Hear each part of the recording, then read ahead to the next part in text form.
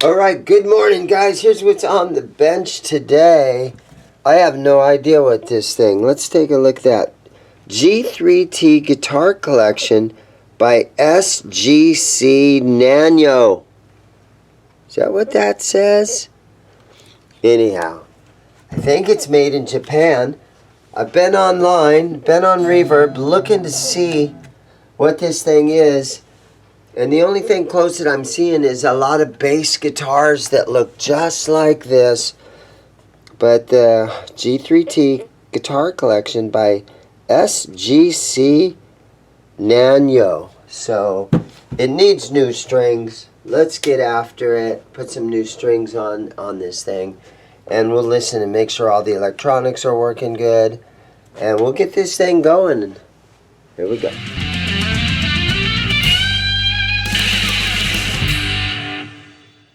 Yeah, so it's got this Goto bridge in there, but it's been locked into place. So we'll have to take this back plate off and take a look at what's going on here underneath there. There is, I kind of have seen this in some Ibanez stuff where the neck looks like this. So, could maybe some Ibanez factory or something. Very unique headstock on this guitar. Pointed. Kind of cool looking, I guess. It says guitar collection in the truss rod cover. But I think the first thing we're going to do is get this back plate off of here and see what's going on underneath there. I'm wondering if I want to leave it, you know, pretty much locked down, or if we want it to go full floating again. I do not have an arm for it. This guitar got traded in. And again, like I was saying, on Reverb, the only thing that I'm seeing are bass guitars. And some of them are like $400 and $500 guitars. But I'm only seeing basses. So it makes me think there's not too many of these things around. And this is sort of a purple, kind of a fuchsia, pink purple kind of color to it. So he's got this thing blocked down. And yeah, nice big piece of wood on the front and the back. Alright, what do we do? Do we go full floating? Yeah, we have to go floating on this thing. I mean, my goal is to always sort of put him back to original. And it's kind of weird to have that in there like that. So let's do it. Let's pull that block out of there. These look weird. But let's just think if I loosen this a little bit. Oh, hold on guys. Got to get my phone. Alright, so let's take the locking nuts off of here. Get these strings off of here.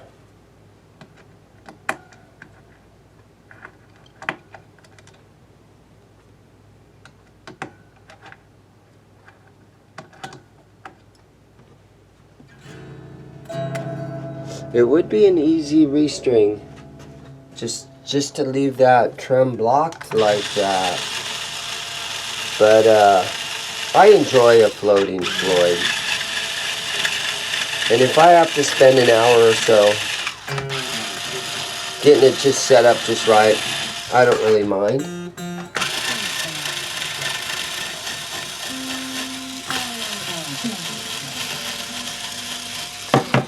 Alright, let's cut these off of there.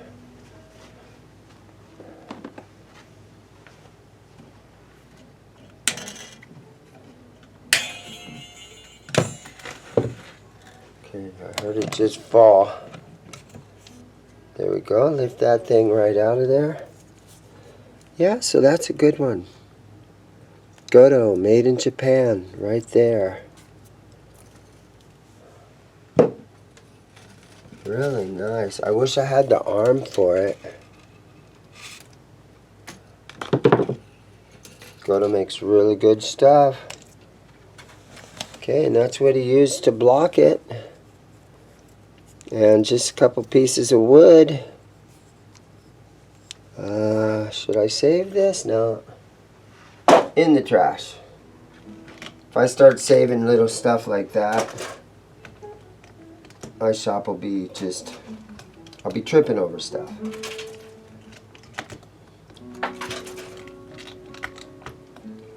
Okay. We'll tap on the pickup, see if we have some electronics working.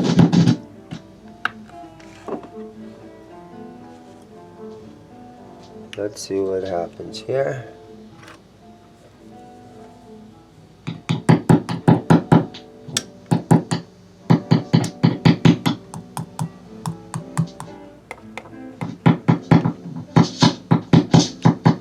It's a little dusty sounding. We can spray it out.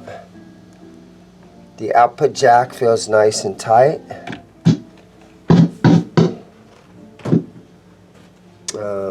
The frets are in pretty good condition overall. Kind of wide, kind of short and wide frets. I mean, that's what they use. I'm going to guess this is probably at least a 20-year-old guitar. It also looks like we have Godot tuners on the back right here. Let's go ahead. We're getting in deep. Let's take this back plate off. See what's going on underneath there. So guys, leave me some comments. Let me know if any of you guys have ever seen this guitar brand. Let me know what you think about it. Okay. That's what we're looking at inside. So we have one pot that is bigger than the other one. So there's a chance that got changed out at one time. But it's all in there. So let's just give it a quick spray.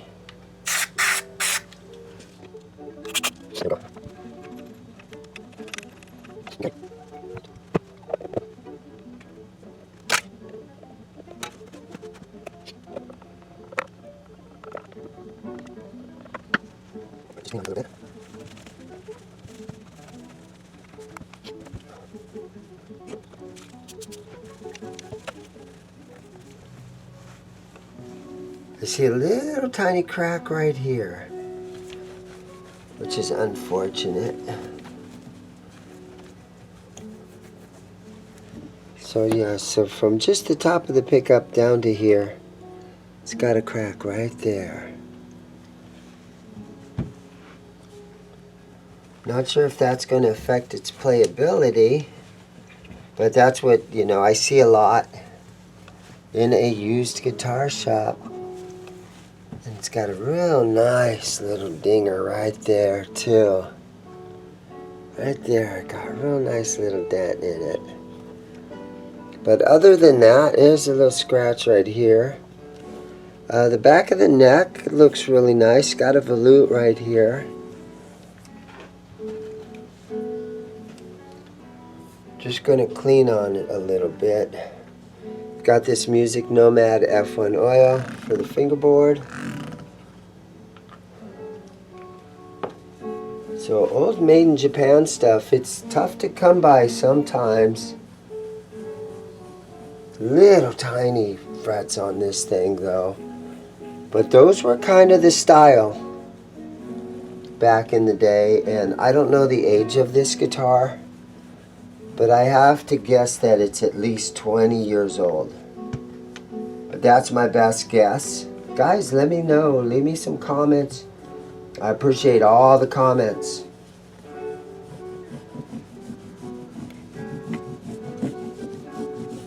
Yeah, some medium jumbo frets or some even extra jumbo frets would be a nice upgrade on this guitar.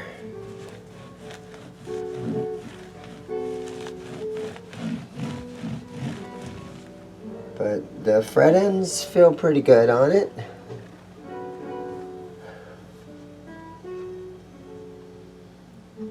But she cleaned up pretty good. It's not bad, and it's very unique.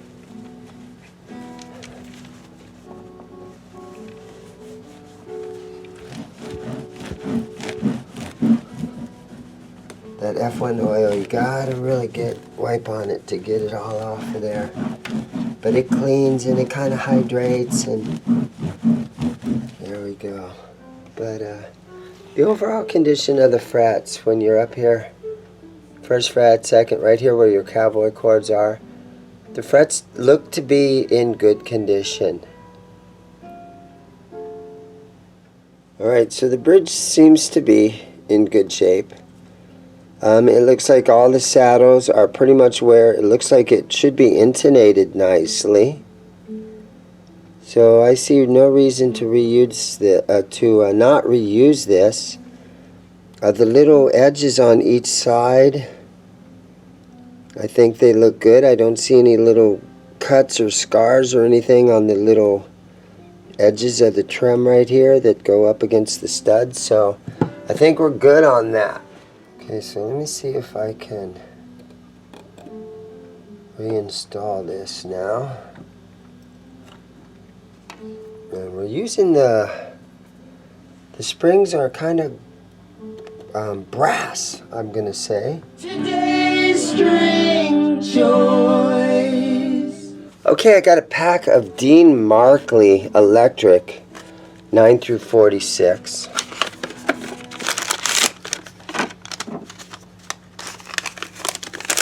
So let's throw these Dean Markley strings on here. Okay, and just to double check, this one is the 46.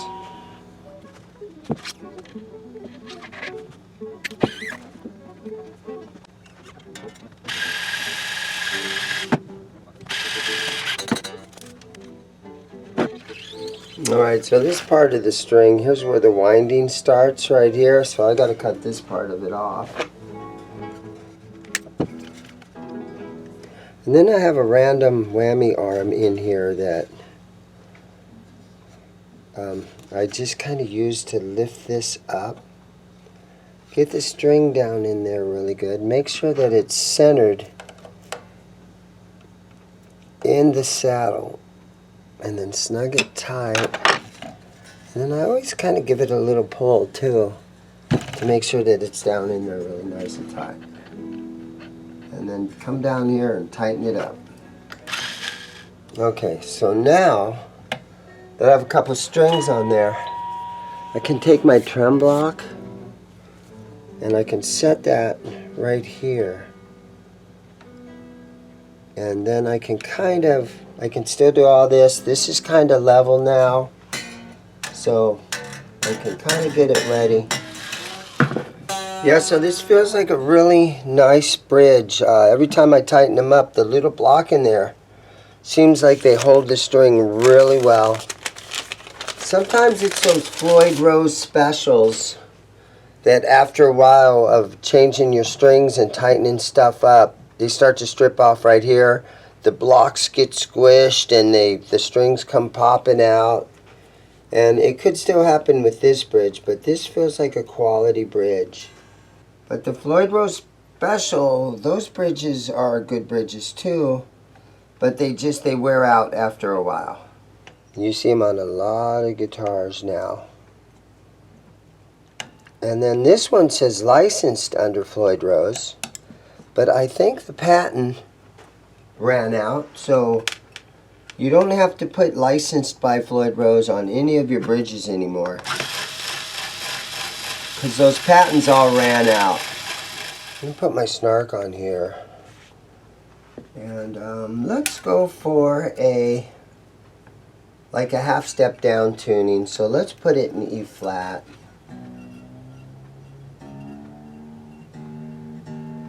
So on my tuner it would say D sharp, G sharp for the A string, C sharp,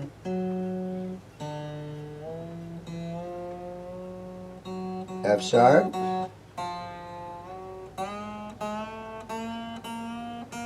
A sharp, and then D sharp, or E flat. Okay, and now let's go ahead. So it's pretty close. Let's pull the trem blocker out. Oh, yeah. It sunk down some. But I think we're looking pretty good here overall.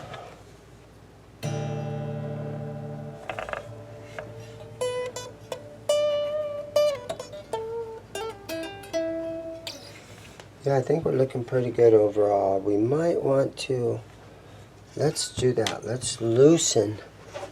This is just a whole back and forth thing, and I know some of you guys got different tricks and different ways of doing it. Whatever way you guys decide to do it. Oh, and if you noticed, I took these 2 springs out, and I put 3 springs in here that all were the same size. Alright, let's try again, see where we're at. Now it's very close to standard tuning, but I wanted a half step down because it feels like a shreddy guitar to me,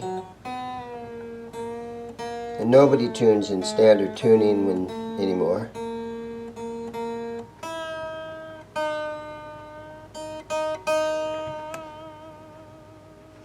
There is a little damage right here that I did notice on this first saddle right here. Somebody had a bracelet on or something, or a watch band, and it kind of charred and kind of scratched up and scraped right there on that top saddle right there. But I think it's okay. I just like to show you guys little imperfections, so you know what you're, if you decide to call the store and say, hey, sell me that thing,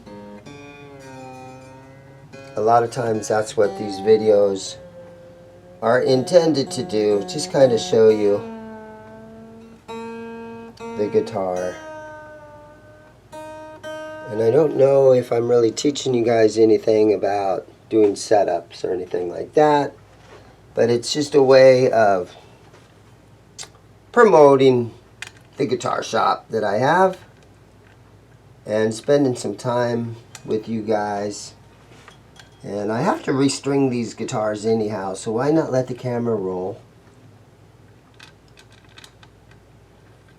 And once in a while you guys end up seeing a guitar that you haven't seen before.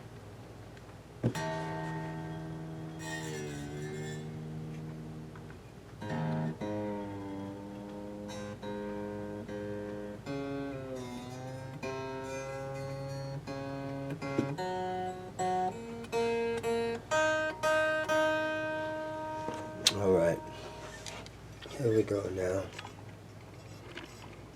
Let's just throw it up on my knee.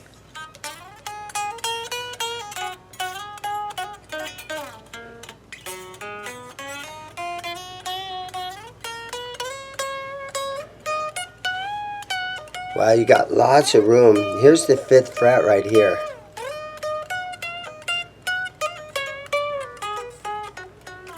So all this room right here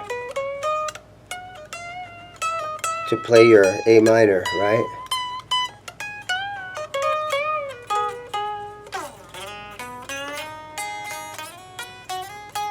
Nice rounded neck.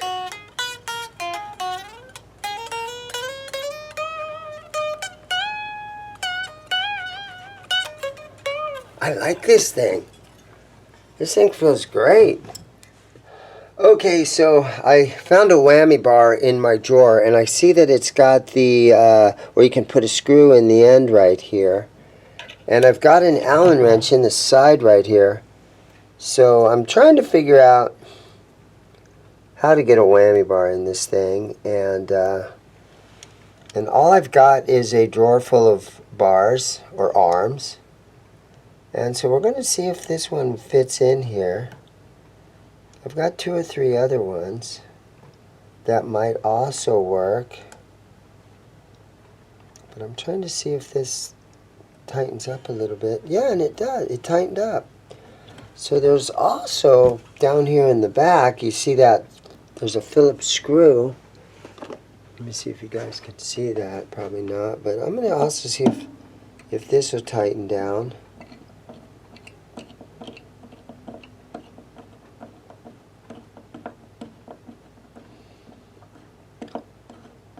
Is it getting in there? Is it doing something? Well, it's in there. Okay, I'm going to go with that. I think I like that. And see, again, here's the drawer of random parts that I have. And it's a couple different whammy bars and stuff. But you know what's really cool is a lot of times, peace. A lot of times you guys will send me all those old extra parts that you don't use anymore, and I really appreciate that. I've gotten, in the last 6 months or so, I've gotten 4 or 5 boxes, maybe 6 boxes of random parts, and I just got a box of parts yesterday, and I'll do a YouTube short for every time somebody sends me a little random box of parts that they don't use anymore. Because I always need all kinds of little, I need a tip for this 3-way switch. I might be able to find one, but I need, I'm always needing random parts. And so if you guys got a box of stuff that you know you're never going to need again, right? I really appreciate it. You guys are awesome for doing that. I feel like I'm kind of begging for old parts, but, you guys, if it's stuff that you're never going to use, don't have regret that you sent parts over to me. But a lot of times it's Squire parts or whatever it is. And again, I really appreciate that.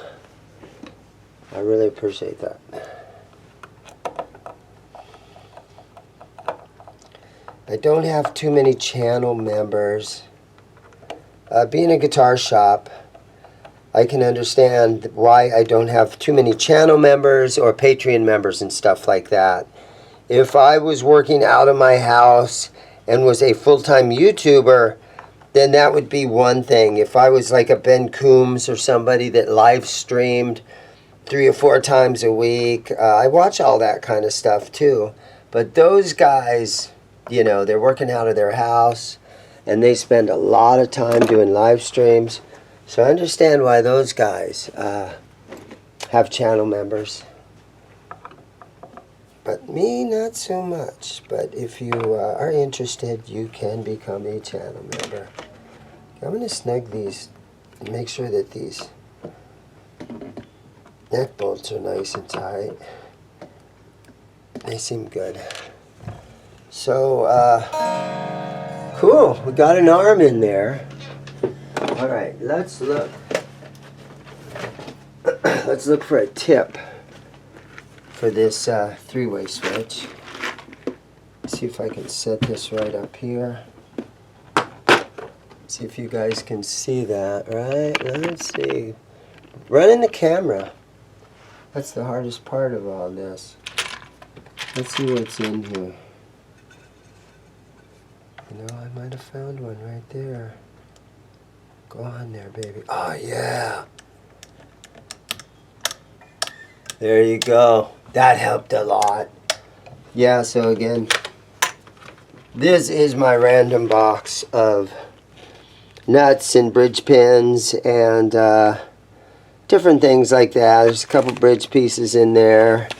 Some of these things that go in the back of an acoustic guitar. Giant bridge pins for some of those basses. A couple of random type tele 3-way switches. Stuff like that. Alright, what's left? I think we're okay to come up here and cut the strings off. Snip these babies off of here.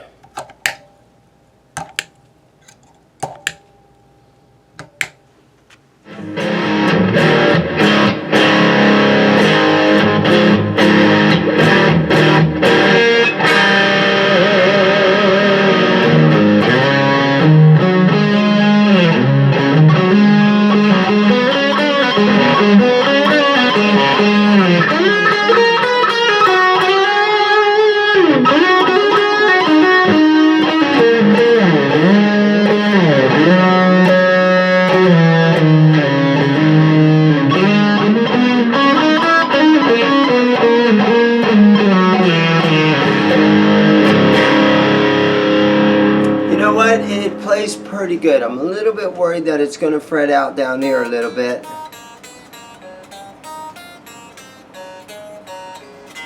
But not too bad. It's a playable guitar. It's a nice color. It's sort of unique. The truss rod, though, is kind of wacky inside it. It's not really doing its thing when you loosen the truss rod. It's not a two-way truss rod inside here. And so it's got some back bow to it. But it's a fun guitar. Don't judge my guitar playing, guys. We play guitar to have fun. You guys got to remember that.